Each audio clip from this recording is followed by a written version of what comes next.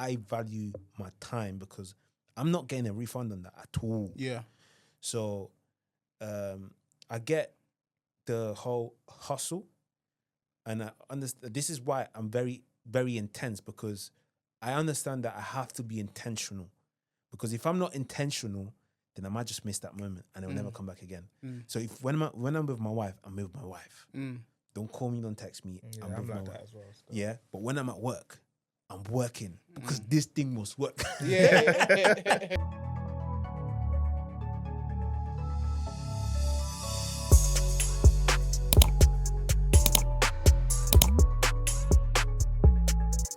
Hello and welcome to another episode of Don't Tell My Wife podcast. Here with one of your hosts, Tonye. And it's your boy Ken. And yeah, man, back again. Another episode. Another week, Another man. special guest. Come on, man. Obviously, bro, if you can introduce yourself, you know, name, where you're from, what you do. Okay, so my name is Matt Doe.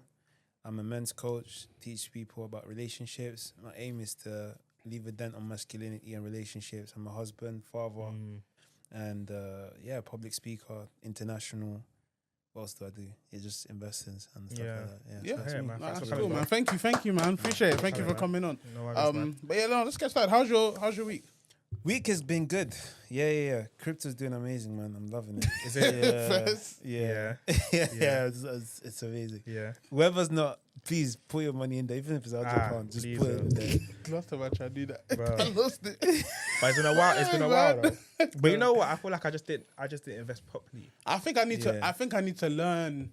Like I was just About doing it. the meme coins and that. Yeah. No. Yeah. Like, do the mainstream ones, like Bitcoin, XRP, Yeah. Ethereum. I don't even do that much. Like I'm not like that clued up. I just have friends that are in it. They were like, Yeah. just But do that. By that. Right Yeah. now. And obviously we have friends. We had Shogs Yeah, game. Like Shogs- one of our Shogs- boys, Yeah. during like this is like 3 years ago. Yeah, nah, Maybe bro, even lockdown, 3. bro. Lockdown. Like 5 Maybe years ago. 5 years ago. This guy's he got us on a call, was teaching us like, bro, you man, do it. Teaching us like a good hour session. I was like, yeah, you know what? I'm gonna try and learn. Then obviously I put my money into some coins. It wasn't. I don't even remember what it was. I think some were meme coins though at the time. Yeah. Then after when I just saw everything going down, I said, you know what? Let me take my time to learn. It's not for me. But then one outsider that joined that call went and made money. So it's crazy. I think it's just how invested you are. Yeah, I think I just thought- got to learn about it. And one thing that I stopped doing as well, I stopped doing things just to make bread. It's more like, okay, how invested I am in this, so I can actually do it properly. Because if you're just getting into things just to make money, your heart's not really in it. You're not really going to be that much like eager to learn. Because with the crypto thing, I wasn't trying to learn. I was just trying to make peas, innit? Yeah. So I was just putting in, and just losing, bro. Yeah. And this was around that time where my wife was pregnant. Oh, So you know what that was? You just want to make peas quick. Yeah. And then everything just went. Yeah. No one talks about it. The pregnancy phase. That one there. Hey man, When that you one wanna hustle, mindset shift. before the baby comes, Yeah. That trying to hustle, hustle. it's a hustle. When you're trying to hustle, see, they don't. Women, I don't know. They probably do, but they don't. That 9 months of the baby before the baby comes, They don't understand. your head bro. is like, Yeah. bro, gone. sleepless nights, No, bro. they don't. Yeah. Bro, they don't. You're saying they know. They don't know. Bro, there was bro. times where Yeah. we'll be in bed. I ain't going to bed until like 3, 4. Bro, Yeah, bro. just I'm thinking. I'm on Google searching how to make money. Yeah. My wife is going maternity leave. I'm the sort of in this economy.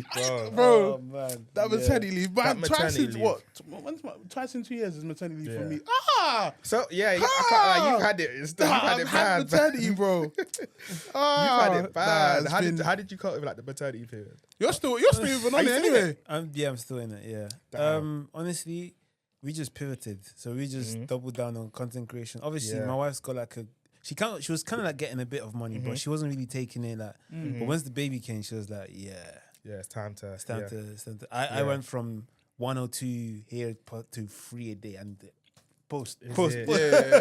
3 a day. 3 videos a day, yeah. Damn. And then what do you call it? What else? Yeah, we just pivoted because our child kind of had like a condition as well, so we had to spend a lot more time in the hospital. Yeah. Oh, okay. So I had to, even though I do public speaking, I had Yeah. to find a way to just be with the family Yeah. and still make. Yeah. So I just Wow. doubled down on that. Yeah. Yeah.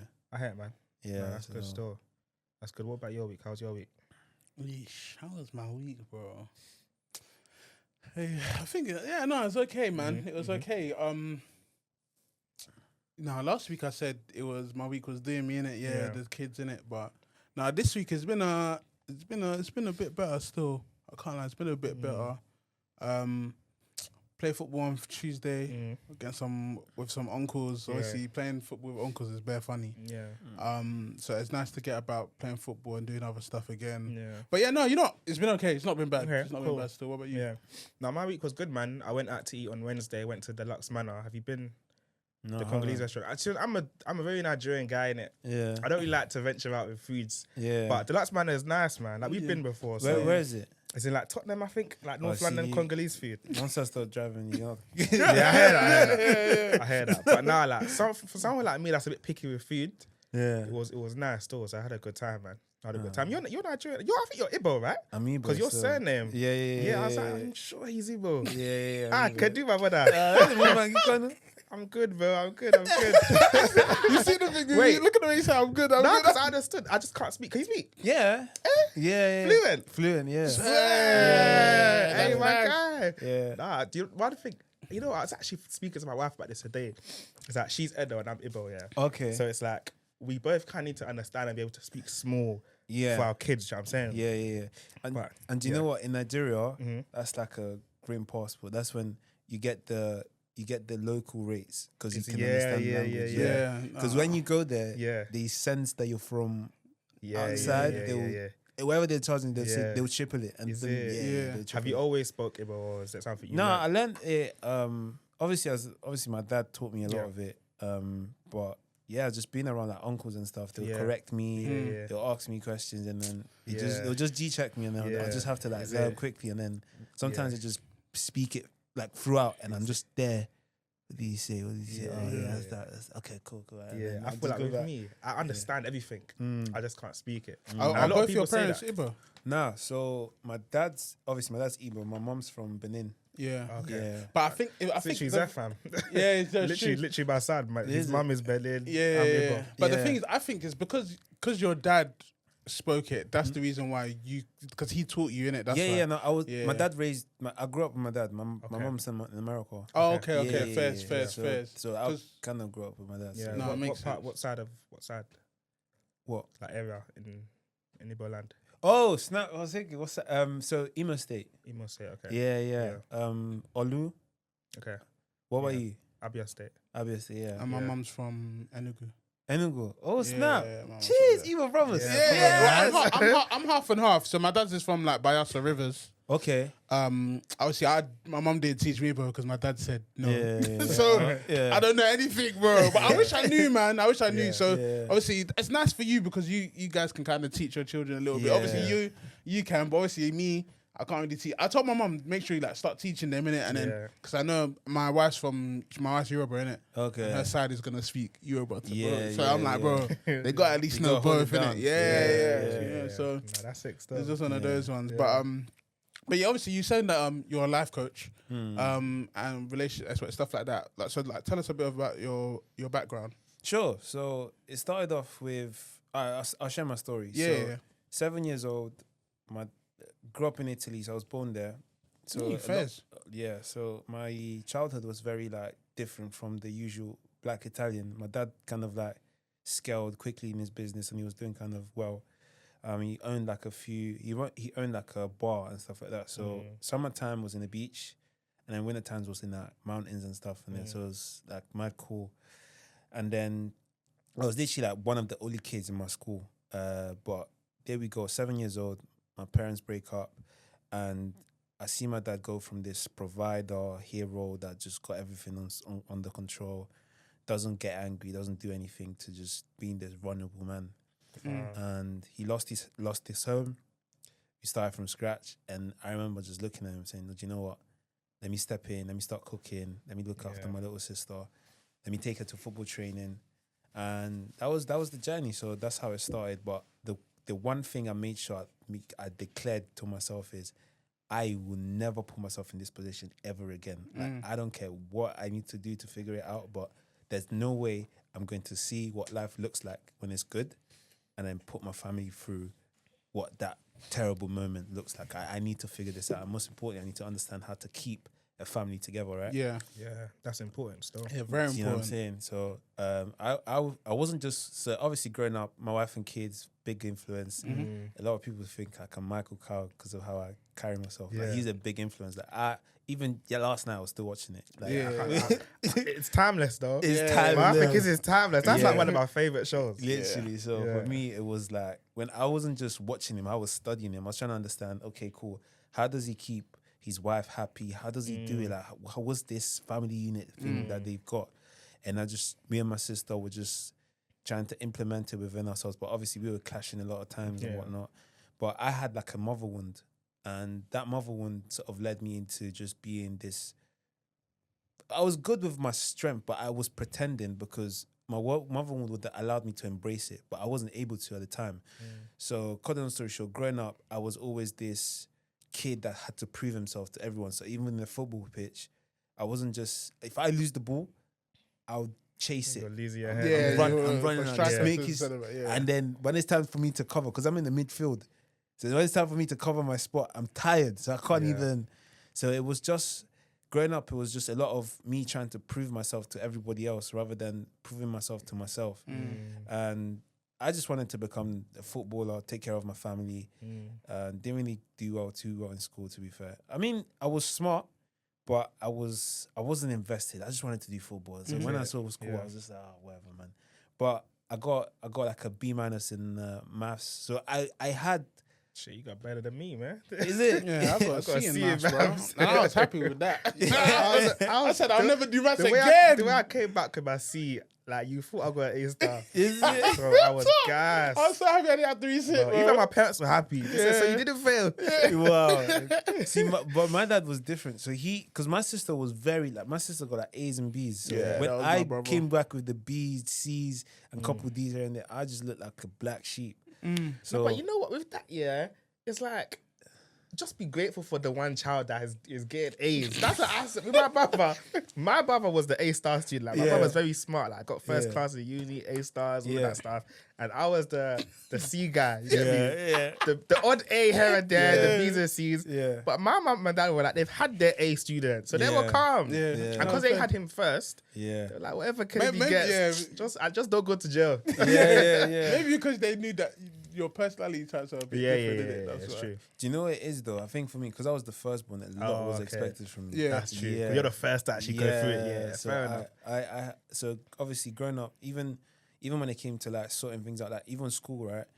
I'll go to my dad and say, how do I do this? And he was like, oh, you learn that in school and that. And it's like, obviously he tried to help me here and there, but I clocked it quickly. I was like, I'll figure it out myself. You said an important point that I know we're going far into it, but you mentioned about you want to keep the family together. Yes. So what do you feel like you need to do, or what does a man need to do to make sure he keeps his family together? Wait, let me finish the story first and then we go into that. Okay, cool. I like to get ahead of myself. I don't want to forget the point. That was a good point. But continue though. We'll go You back. know We'll go what? I need you to write that down because that's a very powerful Later. question. Yeah, I've got that. As a Okay, question. cool. So I gained so much strength from standing up for myself. And at the time as well, I started doing jiu-jitsu. And obviously I was still reading into masculinity as well. So I started now to understand things like the integration of the man and the boy and it becoming one and allowing you to thrive out there. But at the time I was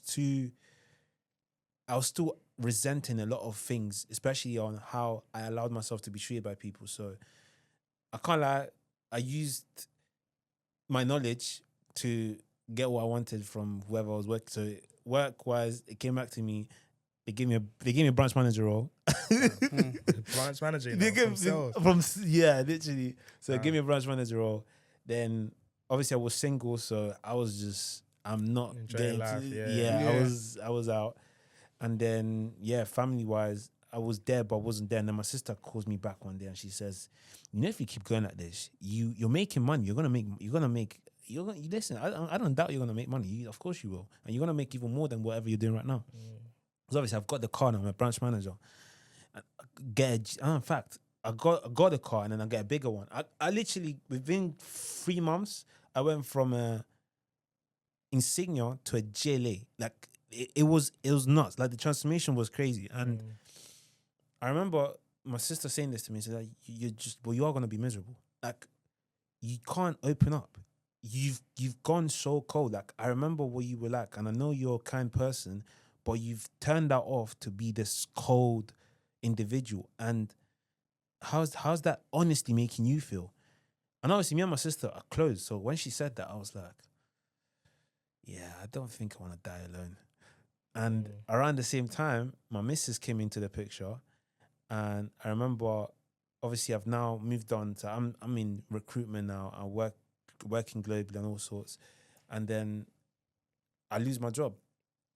So I'm now found with my whole career going from this hyper guy that doesn't need to look for a job, headhunted every single where he goes, to I don't have a job anymore.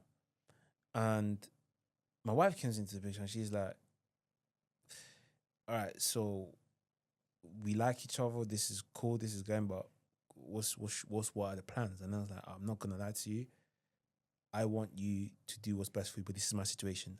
I ain't got nothing right now, but that's not who I am. I'm working towards something, but right now this is my situation. If you want to walk away, please, by all means. I'm not going to stop you because I respect you as a human being, and I'm not going to lie to you and pretend that this is what it is. She was like, let's get to work then. And I was like, what? That's not what I'm used to hearing. Like, but so we now start delivering parcels together. So I was working 2 jobs at the time, and then obviously I just pivot into delivery. And then from there, I scale my delivery business, but at the same time, still, I'm like I said, whilst I'm delivering, I'm listening to audio books. So a lot of my knowledge comes from just this insane, absurd desire to just want to know stuff. Like, I don't watch football. I don't watch series. I watch my kids are here and there, but most of my days, I've got like playlist, books, audio. I'm just learning. I just want to learn as much as I can. So when my wife now came into the picture and I scaled my business, we started traveling, and I realized there and then that this here was great because of the money, but who I was the guy that wanted to lift people up. Who I was the guy that saw someone that felt like me and said, this is how you don't do that ever again. That was my mission. And I remember, even whilst I was working, there was this kid in particular who failed his probation. They were about to get rid of him. And I said, no, bring him in my team. I want to work with him. Within a year, became a branch manager. And then another kid, little girl, just joined the company. She became a branch manager in half a year. And this was all due to the fact that I was mentored by someone in the company that's been there for 23 plus years. But he wasn't a manager, he was a leader, he was a dad, and he was fathering us through the process. So our team was the top for months. Like no one's touching our team. Like we were like literally the top of the top. And I remember as I was under him, just taking in what he was saying and watching how he was leading people. And what he done was, he wasn't really leading anyone. He was just removing the things that you thought were stopping you from leading you. So he was actually my first coach. And he coached me into understanding that coaching isn't about being this overqualified douchebag that does things. No. It's about just opening the light and saying, try that direction instead. And then it works. And that, see, I told you. And then it goes from there. And then it's like just helping people elevate themselves. And I remember, out of all the things I've done in sales, making money, closing deals, all of this, the best thing that I enjoyed was actually watching people grow from zero to branch manager, from nothing to something. And the pivot moment for me when it came to coaching was when, because I was working in a mental institution, a lot of people come to me and ask me for advice, right? So 4 of my bedrooms have been sectioned. One came out like a few months after, 3-4 months after. And I know how it works. People don't come out. But I knew that in order for him to come out, I had to show him that when he gets into that dark abyss room that I was in, look at the kid and say, I've got you. That's what you got to do. And when he done that, he said, it stayed with me that this was my own battle to fight. And I was like, whoa. Second bedroom, same thing. I told him, listen, I can't help you. Nobody can. But you've got this. And you always had. You just need to remember that. And when I said that to him, a month after he came out, then my cousin, same thing, got sectioned. His life, crazy situation. Don't want to get into that. But when he got sectioned, it's not even like we speak. That's the craziest thing. He called me. And I was like, so I'm obviously doing my work stuff, and he calls me, and I'm like, okay, I drop everything, I just go to him. And I was like, cool, so what's stopping you? And he's like, no one's asked me that before. I was like, yeah, well, that's the question you got to start asking yourself. And it's because that's the question I was asking myself, right? And within 2 weeks, I kid you not, the guy came out. And that's when I said, God has given me a gift that I have to share with these people. Like, this ain't even, I'm doing everyone a freaking disservice by not sharing this. I don't even know what this looks like. Like, I don't know, but I'm now traveling now, right? So obviously my business was doing well. Me and my wife traveling, got engaged, got married, and we're in Dubai. And I'm on my way back with this guy. He says to me, oh yeah, bro, I'm making like 300K, but I'm miserable. And I'm like, what do you mean you're miserable? 300 bags, there's nothing to be miserable about. Do you know what I'm saying? Like, bro, it's crazy though, because he's like, bro, I spend 5K a night on girls that I don't care about. I heard that. And he was like, he was telling me about the shenanigans that come with it as well, because obviously now the girls, once they sense that he's making money, they'll try to just check him out and just try to use him, and he's just tired of it.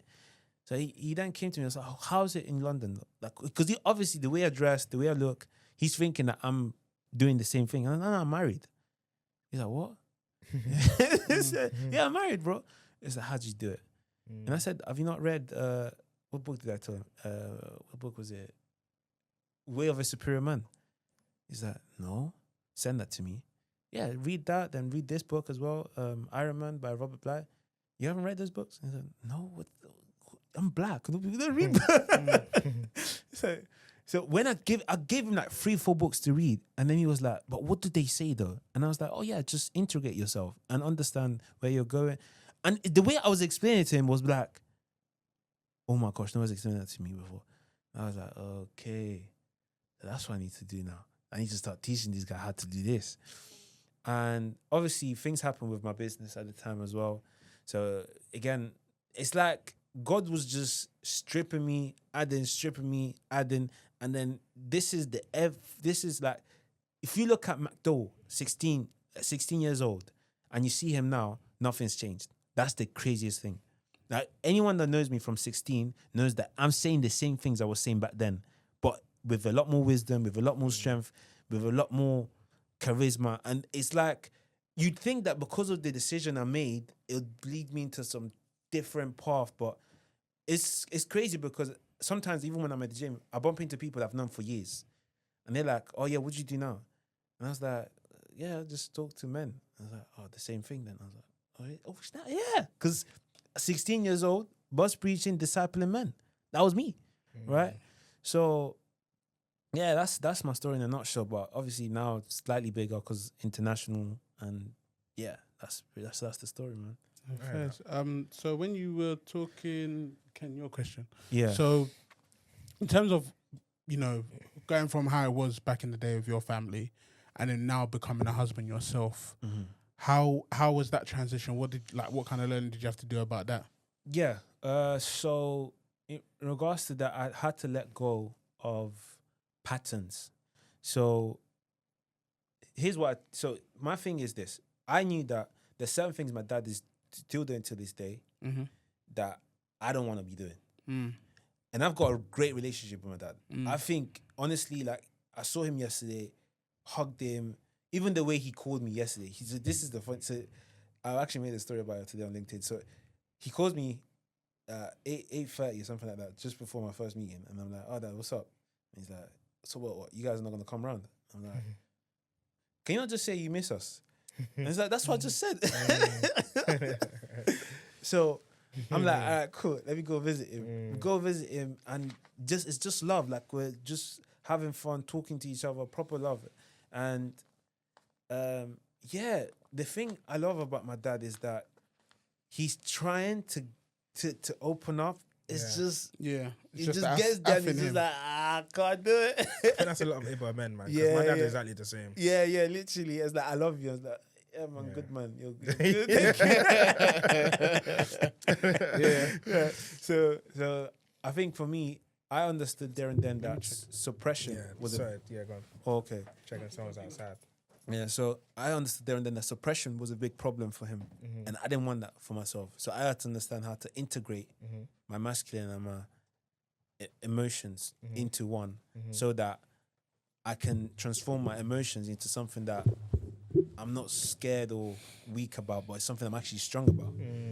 And so that was one of the biggest transitions. And then another one was I just had to be very intentional about what I wanted to do as a father. Like, I can't not be conscious. Like, I call it, as a man, you're driving your bus, right? Yeah. You're in charge of your emotion, in charge of your life. If you're not driving that bus and you're not intentional about your life, someone else is. So that's the main transformation, I would say, yeah. Okay, fair. And then when I think at one point you was talking about, with your ex, you was talking about in terms of like leading. So obviously, being a leader, obviously you putting her feelings in front, she was figured that you weren't ambitious. How have you pivoted with that, and how has that changed? Do you do something different now, or is it still kind of the same thing? Yeah, so I think with my ex, I compromised on my core values. And now with my wife, I don't. What are your core values? So my core values is my legacy must be fulfilled.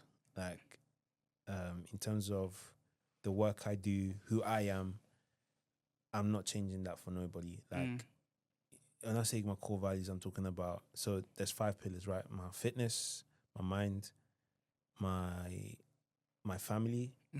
Like, say for instance, like the way my core values are structured is me, my wife, my child, then my mom and dad, my siblings and whatnot. So to be very specific, that is the order. So the reason I say me first is because I'm not going to, like, say for instance, my wife comes to me and says, I want you to stop taking care of your physique or body. No, it's not happening. I'm sorry, that's not in line with where I'm going. I want to be a fit dad. I want to be a good husband, but I'm not going to stop looking after my body because you've told me to. Like, another core value is, okay, can you stop reading so much? No, it's not happening. Like, there's so many things where I'm not doing them for her. The things that I'm doing for me, they're never gonna stop. Yeah, and I think with that one, to be honest, more time is like, if I stop doing stuff that makes me happy or stuff that fulfills me, then you're not gonna get the best out of me anyway. At the same time, do you also feel like, for example, let's say the reading books thing, if it was a case where you were reading books at most nights, most evenings, and she's saying, babe, could you like reduce the amount of books you read so we can also spend time together and so you could be more present in the marriage and in the home, would you still say no from that? We'll work around it. Okay. Like, there's ways to work around it. Like, for instance, what I say to most people is that the idea of balance is a myth. You just need to be intentional with your time. But that is also balance, though. Is it? Because you're working around the situation. So that's also balancing different things to make everyone comfortable and happy, if that makes sense. Yeah. Do you know what it is? I feel like, because obviously in my head, when I say balance, I think of 9 to 5 balance, and then 6 till 7. Yeah. Then you got 8 till 9. So it's like a very well disposable schedule where you've got time for everything. Yeah. And I think as an entrepreneur, as a man of vision, it's not realistic. Sometimes you're gonna work 16 hours. I don't have the 9 to 5. I think entrepreneur. I think it's around the clock. There's no time. Yeah, I'm saying. So that's why I feel like, okay, cool. For instance, I have periods where, like, I call it like my 90-day sprints. Yeah. Where I'm like, babe, this time I need to focus on the business, and she gets that. But what does that look like for you when you say, okay, 90-day sprint, I need to focus? What does that look like? So I'll be available on Sunday. But don't bother me during the week. Yeah. Unless we're doing something that is actually maybe pre-planned together. But during the week, I'm not Is that still the case now, or is it? Well, because of the Because child. of the child, innit? Yeah, because of the child is different. So now sometimes I have to wake up at 6, 5, and she does the same. That's the crazy thing. So now, because she's seen that I'm looking out for my individual goals, she's also looking out for her individual goals, and actually that's allowed her to grow even more.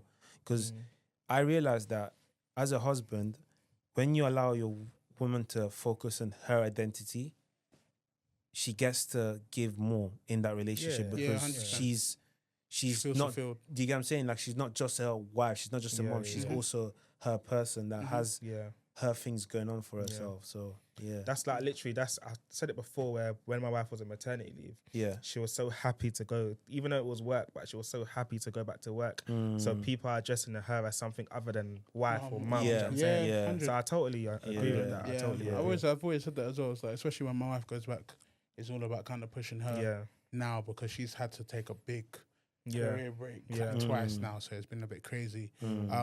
But in terms of when we were talking about the whole leading situation, obviously because you talk to men, etc., and I think one thing that is tackling men a lot recently is there's this whole thing about submission and all of that kind of stuff, which it's sometimes getting a bit weird in it. Like, I think we're mixing it between culture and kingdom culture. So in terms of men wanting a woman to submit, what is the difference between submission and then control? And how can you tell men to let's focus more on the better one? So first of all, I always say to whoever I work with, don't focus on what you can't control. That's a waste of energy.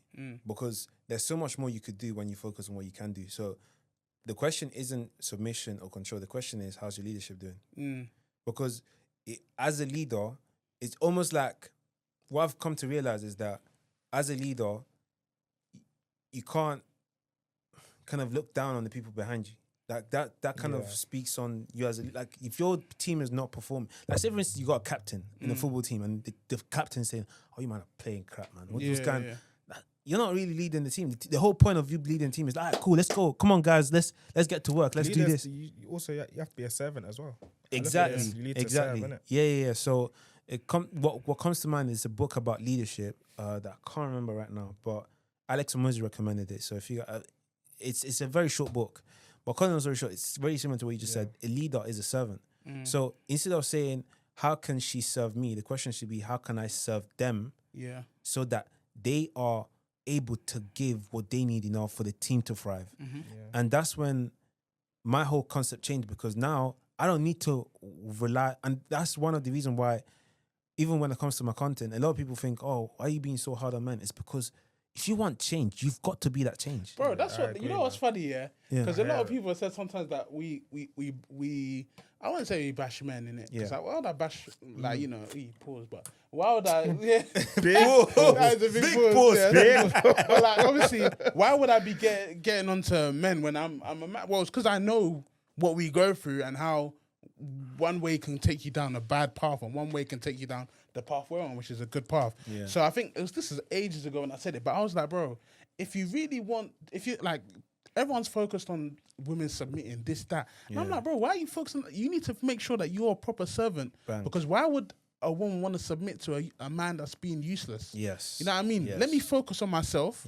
Let me focus on how to, like, my thing's not even about my wife trying to serve me now. It's about how can I put her in a position to make her feel loved, respected, and then that's when service just. I even feel like from time you have to like force it, demand submission. You've gone wrong. You've gone wrong because for your wife not to naturally and submit to you, you've lost it, bro. Like what Marvin said, like he said, let me paraphrase it, but he was saying just start doing things quietly. Like start improving yourself quietly, whether that's going to the gym, whether that's one day saying I'm going to tidy the house twice a week, 3 times a week. Start doing things quietly.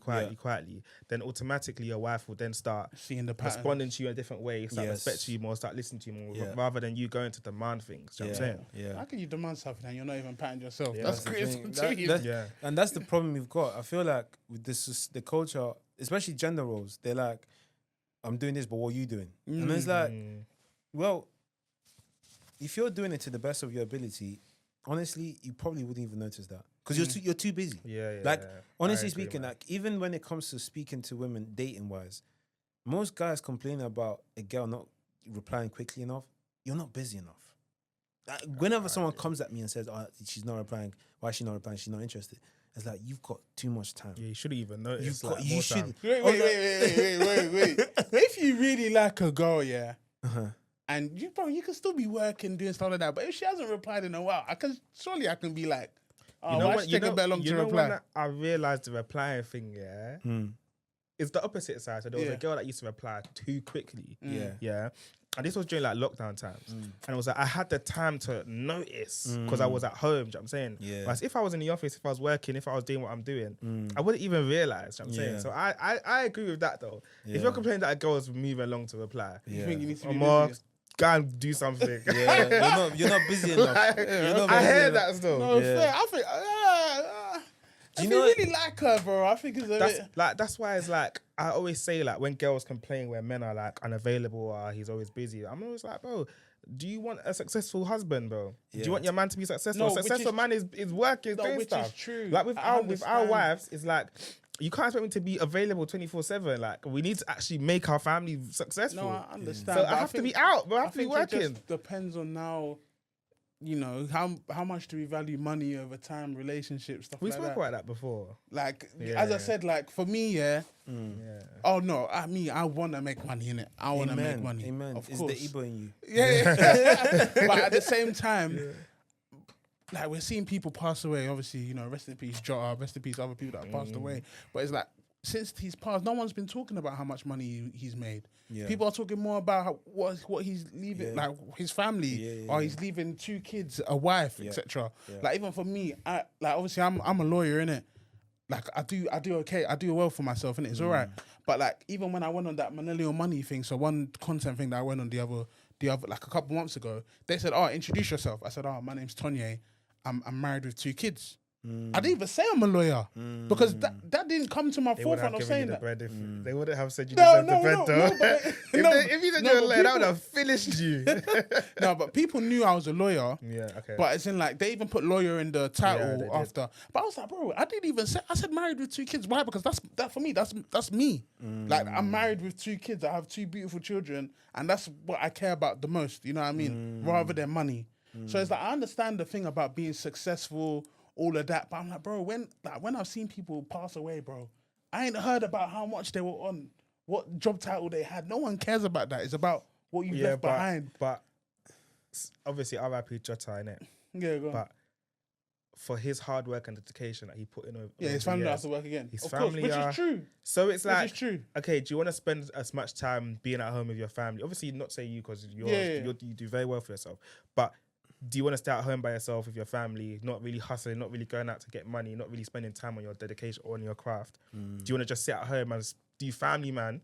We're not really making anything happen. And then, God forbid, if something happens to you.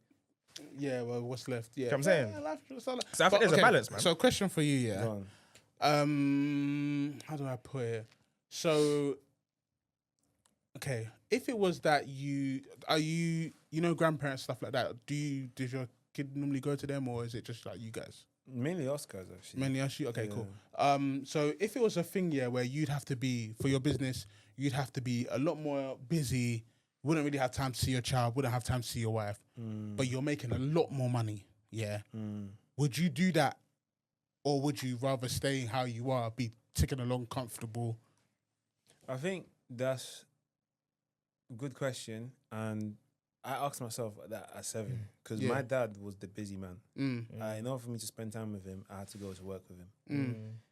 And although there was some great times, I learned some crafty, handy skills, which are very valuable, especially when, in today's economy, man. Anyways, my point is this. He wasn't there for my football matches. Yeah. He wasn't there for some meetings where parents were, and I think the main ones that hit is seeing the dad, the mom come to pick up the child, and then I had my little sister in the cold waiting for me to finish, and I was just like, I can't put my children through that. Yeah, see, bro. But obviously I understand. The answer is I want to build a life that gives me both. Yeah, of course. So I am very big on, like, my time. My time is so valuable because I've seen what's happened to people that didn't value it. And most importantly, I got bedrooms that died at 30 years old that I grew up with. I got uncles. My two uncles passed away that grew up with me. And one of them died at not even hitting 50. So I've seen so many deaths. And part of the reason why I've built the life I've built is because of that. Like, I value my time because I'm not getting a refund on that at all. Yeah. So I get the whole hustle, and I understand. This is why I'm very, very intense, because I understand that I have to be intentional. Because if I'm not intentional, then I might just miss that moment and it'll never come back again.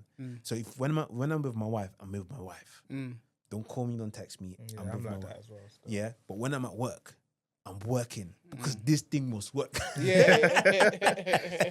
know what? Yeah. I think what you said, to me, I think it's perfect. Yeah. Because you're not neglecting one. Do you know what I'm saying? Like, you're allocating time for your wife. You're even telling, nobody call me, no one message me. Yeah. So you're filling her tank in that aspect. Yes. But at the same time, you also are dedicating time to work. So I think, to be honest, that's probably the best way. Yeah, no, I feel like it's the right balance. Because it's It not like, for example, you're working a lot of the time, and when you're with your wife, it's like you're answering calls, you're running outside to take a meeting. Like that. Yeah, but you're like, no, I'm with my wife, and she will appreciate that. Yeah. Because it's like, when he's with me, but he has to work. Because obviously, like, I hear there's it, been man. obviously, I see a trend sometimes on like Instagram, like a video like, well, I married a businessman. You know, she's there spending money and he's just on the phone talking. And I'm like, you know, amazing you can do that, spend money, you know, but the time, like, as long as there's the time together, then I think that's okay. But you know, I think it's just a thing where I think recently, legacy, family, I've always been fighting with which one do I care about?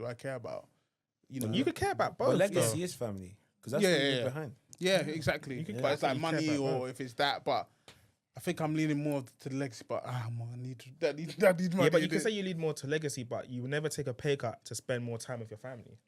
No. If for example, you were offered to stay the same salary you're on now, same days, or to go to 3 days, take your kids to school, pick your kids up from school every day at 8 a.m. and 3 o'clock, you for 20K less, you could still probably live the same life, just a bit lower. Yeah. You will still stay with the salary that you're on now. Exactly. Like, do you know what's funny? I actually wouldn't. Is it? Yeah. You'd go down? I'd go down and live in the woods. I hate So you don't really have to spend stuff. I heard that. Because it's all about margin. Yeah, it's all about where you live, what you do, etc. Bro, I went to Bali, right?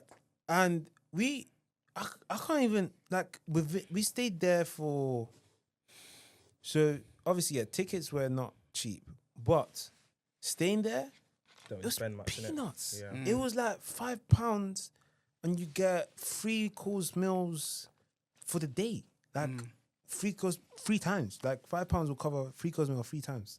Like the margin was Nigeria, the exact same thing. I went there, I done the, you know that 50 Cent broke sign? Yeah. So one thing I've learned about how the world works is it's a margin game. So you just need to find how to make the most for the least amount of effort. Yeah, no, I heard that still. Yeah. But because of time, I've still got a couple of things to ask you. So obviously we spoke, obviously before we came on, we spoke a little bit about in terms of men, and once they say I do, they lose themselves a bit in marriage. Talk to me about that. Yes, I love that one. I actually had to hold out on the video for that one as well. I was like, I promised this guys I'll do it. So, okay, cool. I've witnessed, obviously, line of work, and most importantly, I've seen a lot of men who were thriving.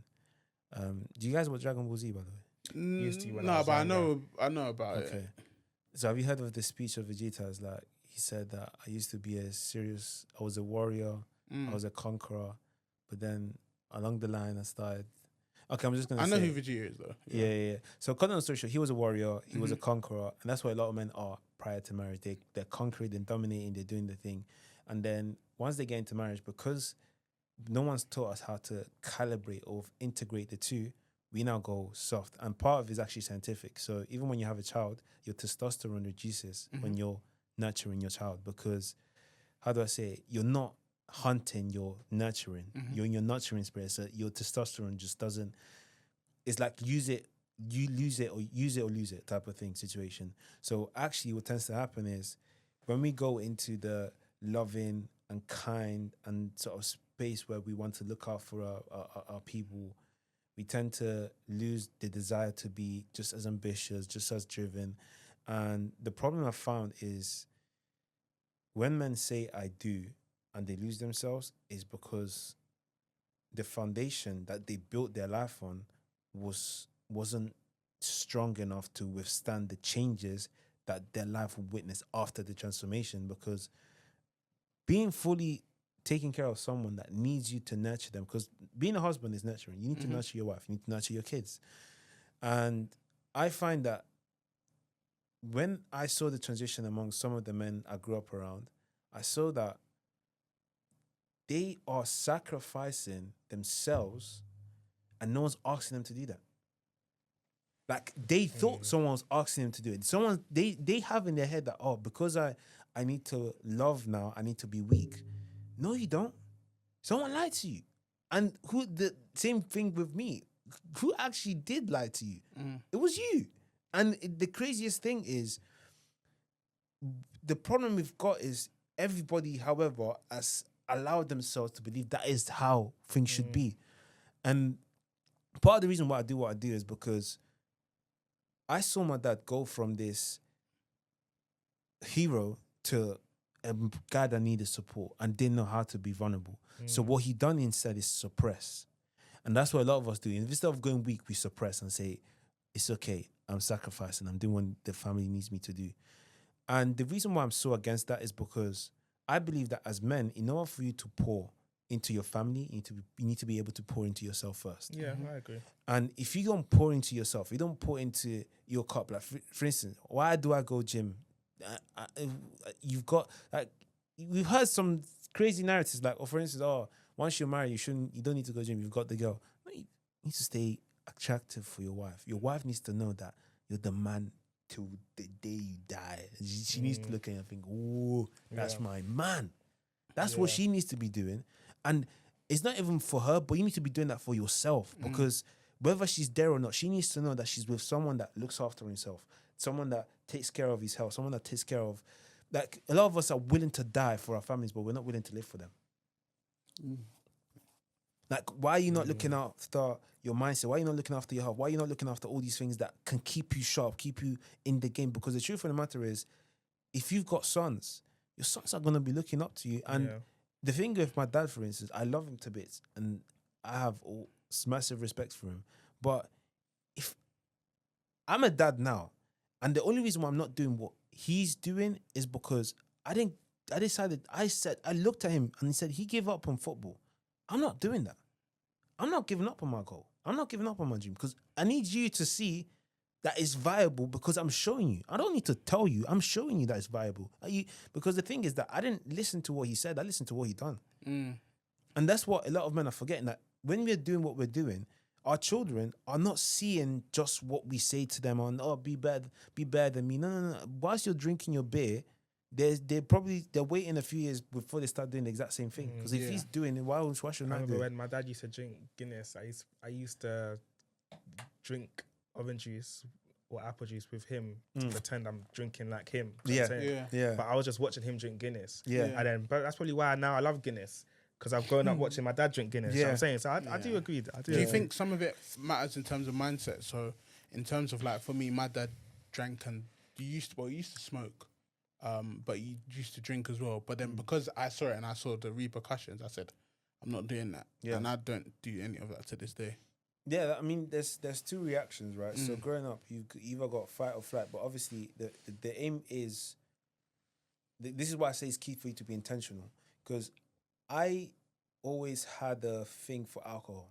Like, I wasn't really into it. But my dad, like, it wouldn't make sense. Because just like yourself, my dad's got like a whole bar. Yes. Like, even yesterday, I went to his house, he was like, so you're still not drinking, huh? Nope. He's got brandy, he's got, So I don't touch alcohol. Like, I don't, for me, like, don't get me wrong, obviously you got the other occasions where I'll do it, but even as of recent, I just say no, I don't want it.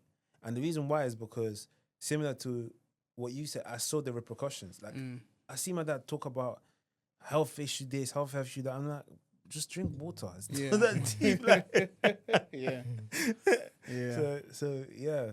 Yeah, fairs. And obviously, when we were talking about in terms of like men, you know, being hunters and stuff like that, and then going soft, but we don't need to do that. So when we as men, we're carrying the pressure of being a provider, being the emotional support, you know, making sure our family's good, etc. Yeah.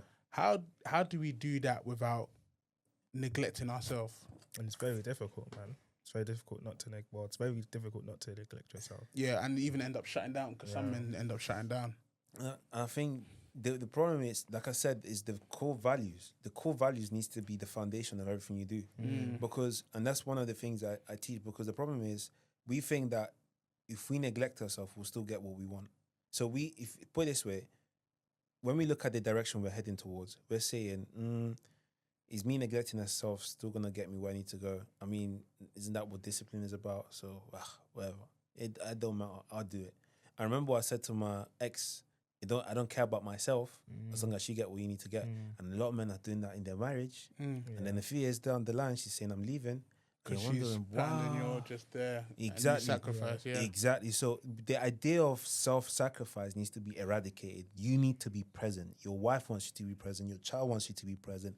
And they want you alive and well. So whenever you now say, okay, in order for me to get where I need to look out for myself so that my family knows that I'm able to pour into them, then that changes the dynamic. So for instance, when I go gym, for instance, I'm not looking at them and say, oh, it's me time. No, I'm doing that for them. So if I'm pushing hard now or making sure, sometimes it's like, obviously I'm doing it for myself, but because I'm doing it for them and I know that they're going to appreciate the fact that I'm showing them how to live a life full of joy and happiness, they're not going to see, oh, wow, I need to be doing the same, which is what happened to my wife, because my wife went through postpartum depression, right? And one of the things I done is I supported her, but I also showed her that it's something that's happening to your body. You just don't have to stay there. Because I'm showing you that, but I'm not teaching you, trying to guide you. I think this is the thing. Words carry 7% of everything we do. Yet some of us treat it like it's 100%. 93% is how you move, your body, your tonality, your aura. Nothing to do with what you say. So by the time you speak, you're expecting that 7% to transform what your 93% should have done. Yeah, it's just all talk. The talk does pretty much is the icing on the cake. So it's everything else you do. So show them, don't tell them, show them.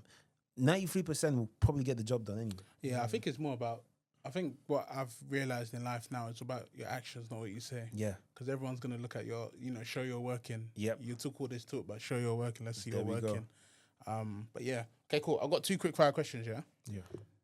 Not kind of quick fire, but still. But so the first one is, if a man's listening to this today, feels like he's lost his voice at home, what is the first step to getting it back? The first step is he needs to understand where he's heading. And again, the best way to do that is by understanding what he wants and why he stopped himself from getting it. So the first thing I say to anyone is, where are you heading? It's like a GPS. Once you set in the navigation, at least you can take step 1 and 2. But when you don't know where you're heading, even step 1 and 2 will feel like step 0 because you don't know where it's heading towards. So where are you going? What's your goal? And if you don't know, then just focus on you're 100 kg, just get to 90. Yeah. You haven't read a book, pick up, just read 5 pages. Just do something that just gets you at least 1% better than you were yesterday. Yeah. And then from there, it will start Yeah, trickling down. I agree, and I think that's even a bit of that question leads to God and seeking God and thinking, what's your, asking God, what do you want me to do? What's my mission? What's my purpose? Yes and no. The reason why I say I wouldn't ask God, what do you want me to do, is because God wants you to, how do I say this? Because what I've come to discover about God is this, right? And Okay, I'm gonna say it. So, the best way to put it is this: God wants you to lead. Mm-hmm. Yeah, and the way He wants you to lead is by empowering what He's already given you, which is your ability to understand Him based on, like, when I hear Christians say things that I want God to tell me what to do, that's not what a leader does. Like, a leader says, I'm gonna get some advice, but I have a direction. And that's why I was very careful about saying, where do you want to go? Because God has given you that already. So He's already told you where to go. But when you now go back and say, what do you want me to do? He's like, I just told you. Oh, yeah, okay. I know That what you mean. dominant. Okay, I Like, know do you know what I'm saying? Yeah, Like, yeah. like, for instance, okay, cool. What does He want you to do? He said it. He already said it. Be fruitful, multiply, and dominate and conquer. That's easy, and that's for any man. Like, I don't think there's any man that is told not to be fruitful, multiply, and dominate the kingdom. Like, when He said, man, this is your assignment. Obviously, your way could be podcasts, your way could be sales, whatever the case is, but He's already told you. He wants you to be fruitful. That's what He said. Do you know what I'm saying? So when we now go back and say, okay, what do you want me to do? He can't tell you to do something that He knows you're capable of doing. And that's why sometimes, even myself, I promise you, me and God have such a long-standing relationship, but my problem with God is, or the problem I had with God was, I felt like I was asking Him, He wasn't talking to me. And I was so pissed off. I was like, why are you not telling me? And He's like, I already told you. I already should. And the funniest thing is, I remember there's times where I drive and God, like, I listen to Myron Golden a lot, right? Mm-hmm. And there was something he said that stood out to me so heavily, but it was like, when God gives you a seed, that seed becomes a tree, but it becomes a tree because it's gone inside the soil and it's laid the foundation first. But when He's laid the foundation first, you don't see the tree, you don't see the little plant. You see, in order for this foundation to be sowed, it has to be established. It goes through the nasty bit. It's you're integrating yourself with the mess, and that's exactly how most things operate. You have to lose money to make money. You have to go through to build a marriage. You have to go through the phase where you're clashing. You're trying to understand how this person wants to be led. How do you want her to lead, and all these other things. So it's the foundation is always messy. And we want the easy, we want to get to the result, not knowing that He showed you the process every single time. David, Joseph, look at any man in the Bible. They had to go through a phase of self-discovery where it wasn't nice. Like, Joseph was betrayed by his brothers, right? Jesus was persecuted as a child, ducking and diving from the Romans. So everyone that God operates or works with has to go through that initiation phase where there's chaos and then there's clarity. And I think as Christians, a lot of times we want that clarity without understanding that He's going to put you through the chaos. But what's going to get you there is the fact that I already told you where to go. You just need to go through the chaos, by the way. Yeah. Yeah, no, I hear that. And then, sorry, just back to Ken's question about keeping your family together. Yes. As men. Yes. What was the question again? Because in the beginning you mentioned how you, as you was growing up, you saw things and you were like, I don't want my family to be like this. I want to keep my family together. So my question was more of like, what does a man need to do? You probably already answered it, but what does a man need to do to keep his family together? Because there's a lot of families that break up. There's a lot of men that go off in a certain way, women leave, etc. So how do men keep their family together? I think the key is, best way to describe it is, when you said that, something came to mind, and it was a river, right? In order for the river to keep flowing, there has to be connections between the different branches and whatnot. And it goes back to the tree example, which is the tree can only dry out once it's starved. And if you, as the man of the house, the leader of the home, are starving yourself but expect everyone else to be fed, that eventually you can't give something that you haven't given yourself, right? So the key or the flow of that is flow, so you be abundant so that you can share that abundance with everybody else. Like, I see. Keep going.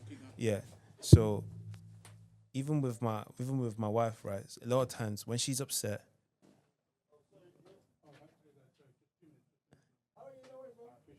yeah. So even with my wife, right?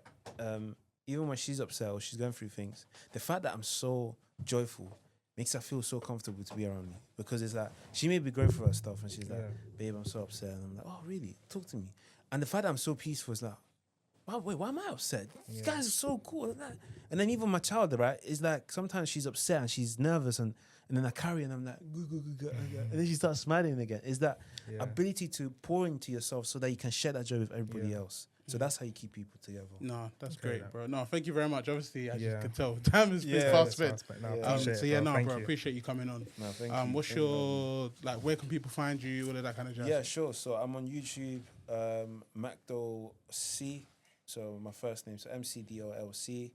And then I'm on TikTok, same thing, Macdo C. And then Instagram, Macdo_. And on LinkedIn, Macdo Chigborogu. Calm. All right, thank you we'll put your details in the bio as well, so people can obviously locate you. Like, share, comment, subscribe, all of those things, and we'll catch you guys next week. Peace out.